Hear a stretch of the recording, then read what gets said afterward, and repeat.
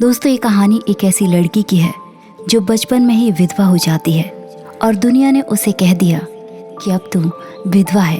वो सिर्फ 8 साल की थी। उसका बचपन उससे छीन लिया गया। इतना ही नहीं, उसे तो अपने खुद के माँ बाप ने ही विधवा आश्रम भेज दिया। तो देर न करते हुए कहानी शुरू करते हैं। ये कहानी बहुत कुछ कहती है। जिस वक्त लोग आज़ादी के लिए लड़ रहे थे, वहीं दूसरी तरफ हमारे देश में हमारी औरतों बेटियों के साथ क्या कुछ हो रहा था। ये एक कहानी नहीं बल्कि समाज की एक क्रूर सच्चाई है। इसलिए मैं आपको आखिर में इस मूवी का नाम भी बताऊंगी और साथ ही आप इसे कहाँ देख सकते हैं। कहानी की शुरुआत होती है सन 1938 से, जहाँ पर हम एक गांव में छोटी बच्ची चूहिया को देखते हैं। उसकी शादी एक बूढ़े आदमी से करा दी गई, जबकि वो पहले से ही बीमार था और शादी के तुरंत बाद उसकी मौत हो गई और उसके साथ मर जाता है उसका बचपन, उसकी मासूमियत। पर समाज को इससे कोई फर्क नहीं पड़ता। लोग कहते हैं अब तू विधवा है, अब तू पवित्र नहीं रही, अब तेरा जीवन बस एक तपस्या है। भला एक छोटी सी बच्ची को इतनी बड़ी बड़ी बातों का क्या मतलब पता होगा। जब ये सारी बातें चूहिया को बताई गई तो वो विधवा का मतलब पूछने लगी और पूछने लगी कि आखिर ये कब तक करना होगा। उसके बाल काट दिए गए और उसके पिता उसे लेकर बनारस के एक आश्रम पहुंचे। उसके पिता ने चूहिया से कहा कि तुम्हें यहीं रहना होगा, ये विधवा आश्रम है।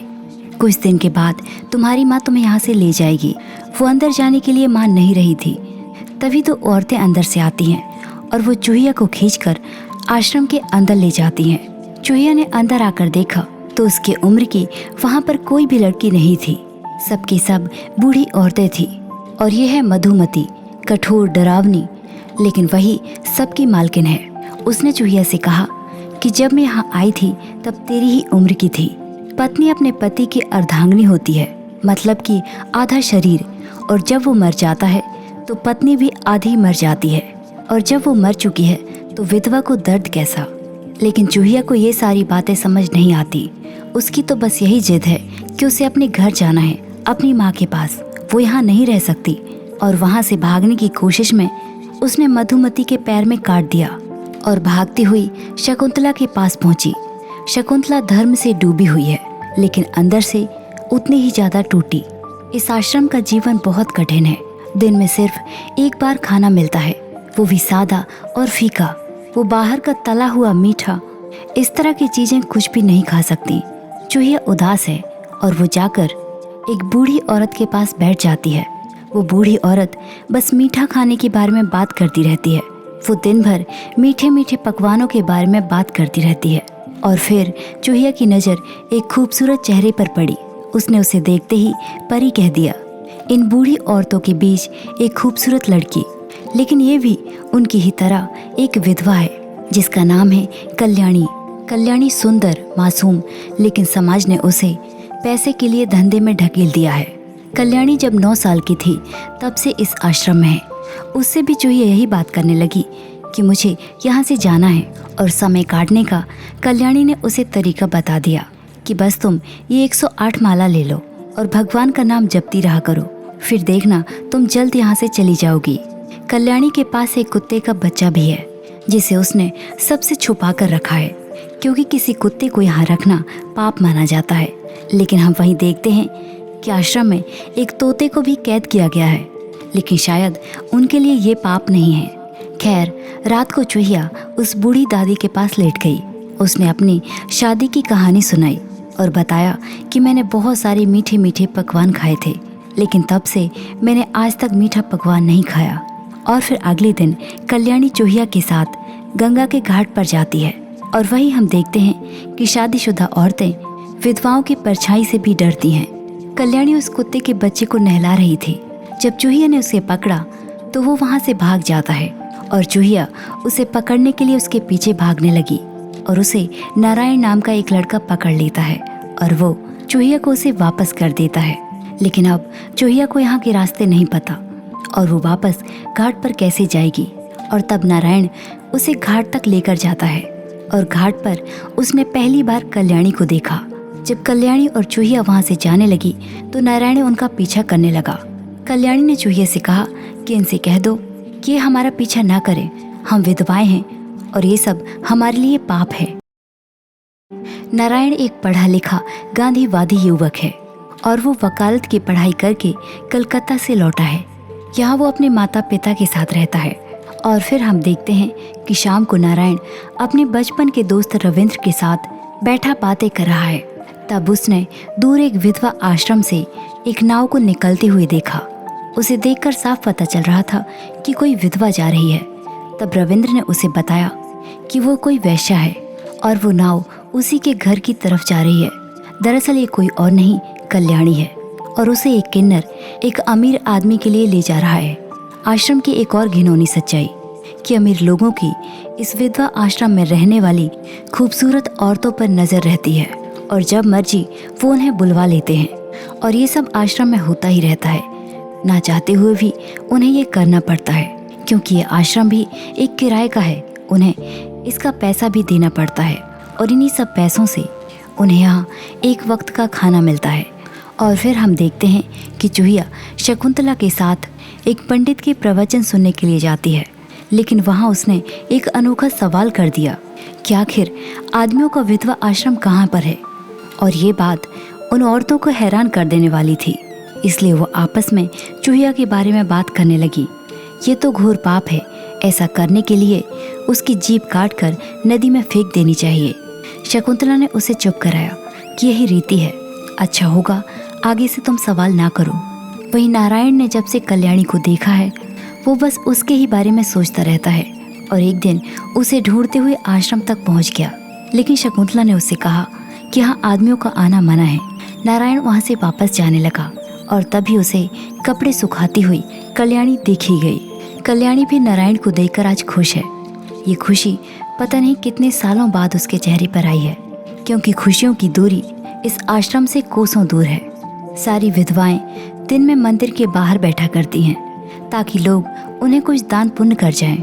लेकिन चूहिया ने जब दूसरे बच्चों को उनको अपनी माँ के साथ देखा तो उसे भी अपनी माँ की याद आ गई और वो गुस्से से वहाँ से उठकर आश्रम वापस जाने लगी। तभी रास्ते में उसे एक मिठाई की दुकान मिली। वो दुकानदार से मिठाई मांगने लगी।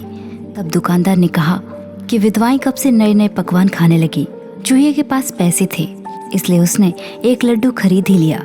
और वो लड्डू अपने लिए नहीं बल्कि उस बूढ़ी दादी के लिए था जो सालों से मीठा खाने के लिए तरस रही है। उसने उस लड्डू को बूढ़ी दादी के पास रख दिया और छुपकर उसकी खुशी को देखने लगी। जैसे ही उसने लड्डू खाया उसे अपनी शादी के वो दिन याद आ गए। आज चूहिया ने उसकी ख्वाहिश पूरी कर दी।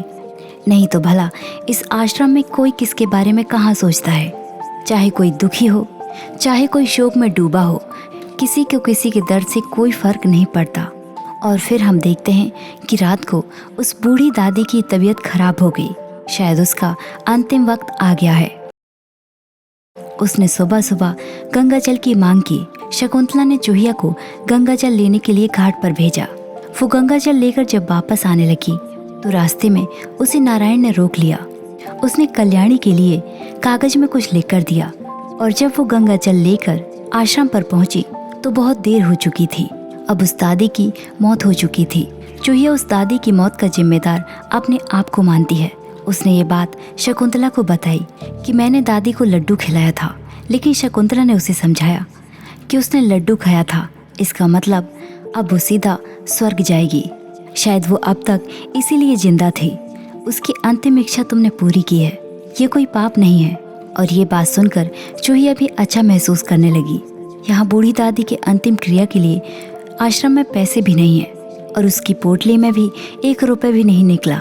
और तब कल्याणी अंतिम संस्कार के लिए अपने रखे हुए पैसे उन्हें देती है। और अब वो चिट्ठी कल्याणी के पास थी। कल्याणी को पढ़ना नहीं आता। वो चिट्ठी लेकर सीधा शकुंतला के पास पहुंची। शकुंतला ने वो चिट्ठी पढ़कर सुनाई।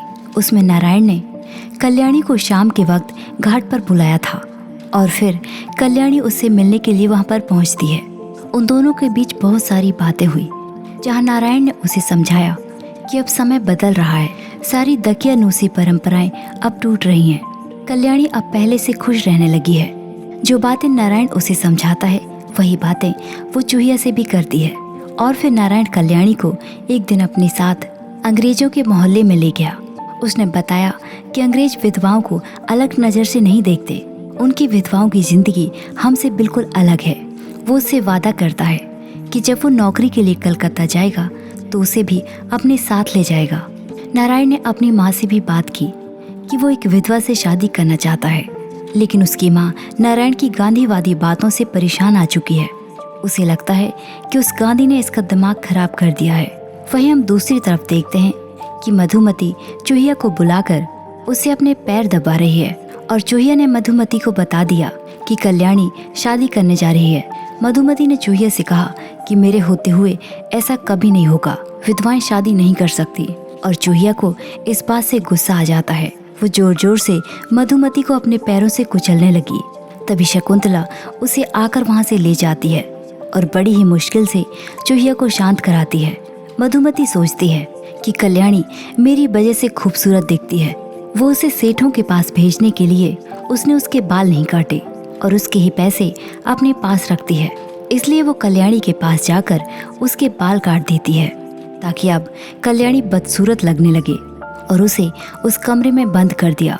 इस बात से चूहिया को इतना गुस्सा आया कि उसने मधुमती के तोते को बाहर निकालकर मार डाला। कितने दिन हो गए कल्याणी को यूं ही कमरे में बंद हुए। वहीं शकुंतला रोज घाट पर पंडित के प्रवचन सुनती है और आज उसने पूछ ही लिया कि आखिर विधवाओं के साथ ऐसा सलूक क्यों किया जाता है। पंडित ने उसे समझाया कि विधवाओं के पास सिर्फ 3 ही रास्ते होते हैं, या तो वो अपने पति के साथ सती हो जाए, या मोह माया छोड़ दे, या फिर उसके घर वालों की आज्ञा हो तो मृत पति के छोटे भाई से शादी कर सकती है। लेकिन पंडित ने उसे एक और नियम भी बता दिया कि नए सरकारी कानून के मुताबिक यदि विधवाएं चाहें तो शादी कर सकती हैं। सब कुछ जानते हुए भी पंडित ने ये नियम कभी विधवाओं को नहीं बताया। वो इसलिए क्योंकि उनका मानना है कि जिस नियम से हमारा फायदा नहीं, वो नियम भला उन्हें क्यों बताना। और आज शकुंतला का एक अलग ही रूप देखने को मिला। वो आश्रम आकर मधुमती से कल्याणी के कमरे की चाबी छीन ली।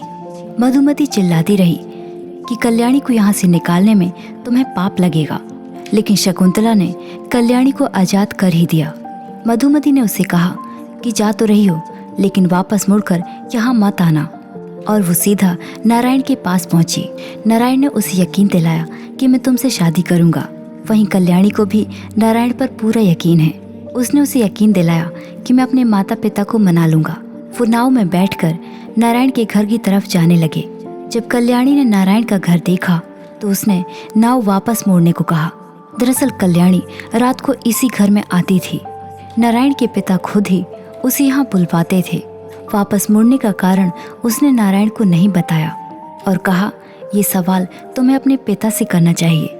नारायण ने कल्याणी को घाट की दूसरी तरफ छोड़ दिया और अकेला अपने पिता से बात करने के लिए चला गया। कल्याणी जानती है कि सच्चाई जानने के बाद नारायण उससे शादी नहीं करेगा और यदि वापस आश्रम मुड़ती है तो फिर से उसे वही सब करना होगा। वहीं नारायण के पिता ने उससे कहा, जो भी हुआ वो एक गलती थी।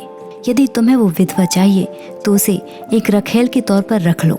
ये मत भूलो कि हम ब्राह्मण हैं। घर वाले शादी के लिए नहीं माने, इसलिए नारायण ने अपना घर छोड़ दिया और फैसला किया कि वो कल्याणी को अपने साथ कोलकाता ले जाएगा।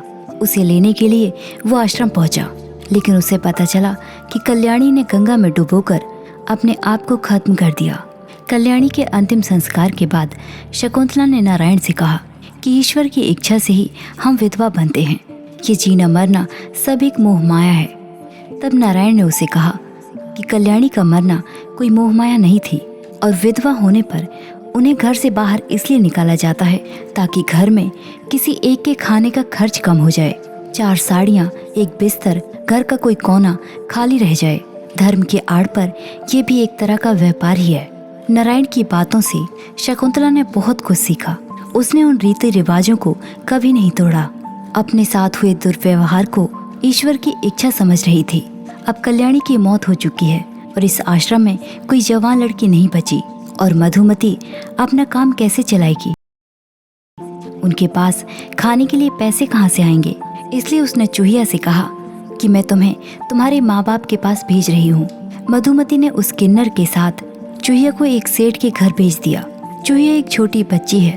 फिर भी लोगों ने उसका सौदा कर लिया। और जब शकुंतला को इस बारे में पता चला कि चूहिया को सेठ के पास भेजा है, वो भागती हुई घाट पर पहुंची, लेकिन शायद बहुत देर हो चुकी थी। चूहिया को नाव में बैठाकर वहां से ले जा चुका था। जब शकुंतला सेठ के घर पहुंची तो वो किन्नर चूहिया को लेकर वापस आ रहा था। शकुंतला को देखते ही वो वहां से भाग गया और अब शकुंतला चूहिया को लेकर वापस आश्रम नहीं जा सकती। चूहिया की हालत बहुत खराब है।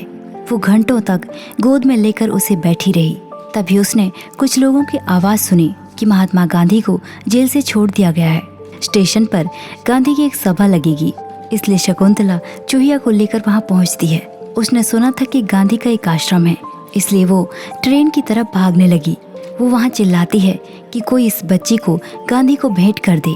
उस ट्रेन में नारायण भी था।